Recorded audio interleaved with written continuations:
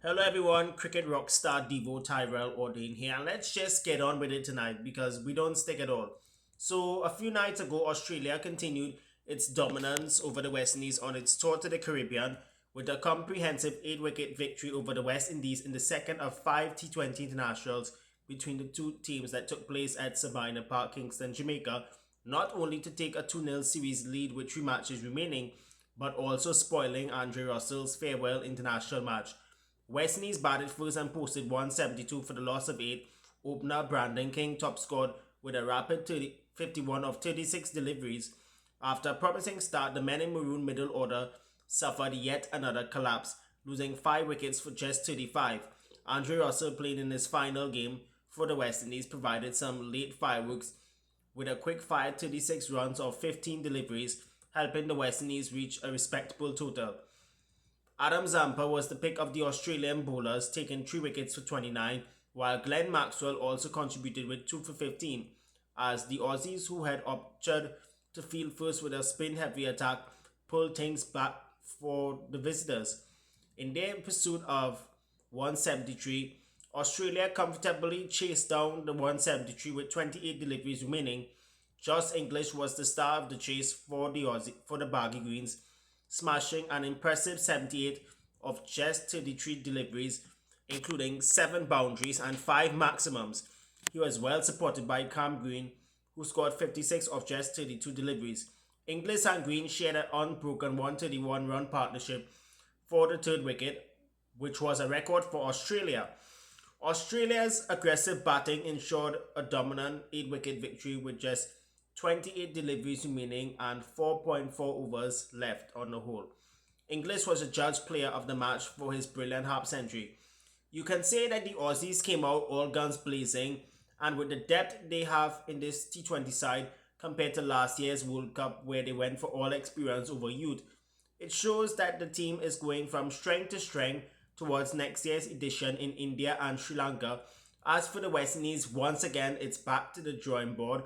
And one thing I want to say was since last year's exit in the Super 8s of the T20 World Cup in the Caribbean and the United States, the West Indies should have rebuilt from right there and not almost a year later following the retirements of Nicholas Puran and now Andrew Russell. But this match was all about Russell as it was his last game for the West Indies. There are a lot of areas that they need to fix up very quickly. I know a lot of experts are saying it's not going to be a fast rush. We always hear development this and development that, but come on. There's a T20 World Cup which is in February, March, and yet still, why start the rebuild now? It should have started since last year's World Cup exit. As I was just saying, they need to fix up all departments. If you look at what happened in the last game, they got to 189 after being 156 after 15 overs, where the big hitters failed to execute. In this game, it was slow pacing till when Russell came to the wicket and the lower order got crucial runs as well. Don't forget them as well. In the second game which was played, they got off to a very slow start. And once more, there was problems in the middle order. Look, for example, Heckmeyer and Chase, or should I say Shimron Heckmeyer and Roston Chase, they fired in the first game with half century and 30 something. They failed in game 2. Look for Rodman Powell, the former captain. Since they sacked him from the captaincy, he has been struggling to score runs with the bat and has been struggling to get a move on. Plus, one thing is for sure, let me tell you all something. They shouldn't have never sacked Powell in the first place, and this is going to hunt them really bad going into next year's T20 World Cup. Imagine since they sacked him from the captaincy, he has been out of form pretty bad, and it's a serious concerning factor.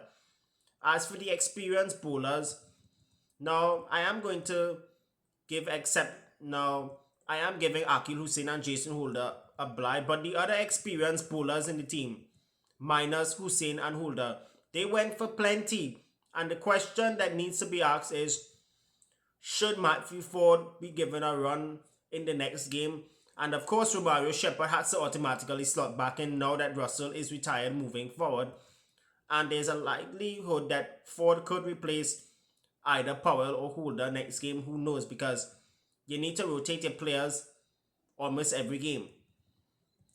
But the question that needs to be asked is, why, and I'm gonna leave this for the followers, or should I say for those who are subscribed to my YouTube channel or not subscribed, why they did not rebuild since T20 World Cup 2024 exit. We'll never know that answer, but I'm leaving it to you, the followers.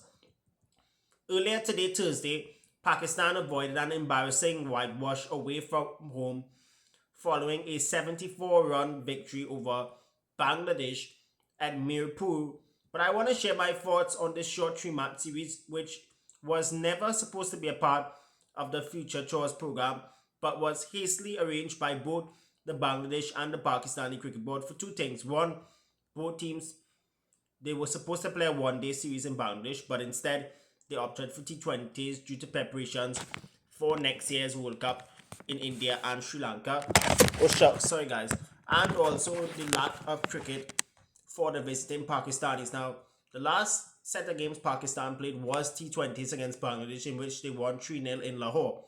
Bangladesh maiden T20 victory over Pakistan in this three-match series is a huge milestone for Bangladesh cricket moving forward, and it will undoubtedly boost their confidence. This is after they defeated Sri Lanka 2-1 in their backyard and the West Indies in the Caribbean in St. Vincent December last year, just before Christmas.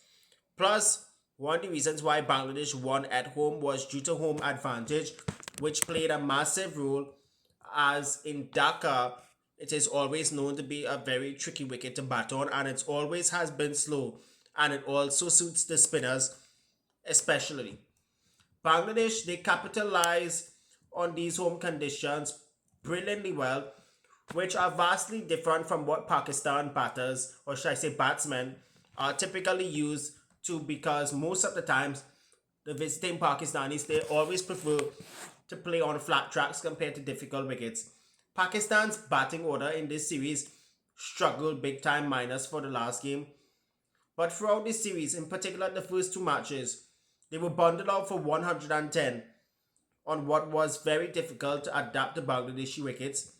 And then in the last game, they were 5 for 15 in pursuit of 134, which they lost by just 9 runs. And this just goes to show, I know they're backing a young team, but the problem is where the question that needs to be asked is, why aren't the youngsters playing according to the plan? That's my question.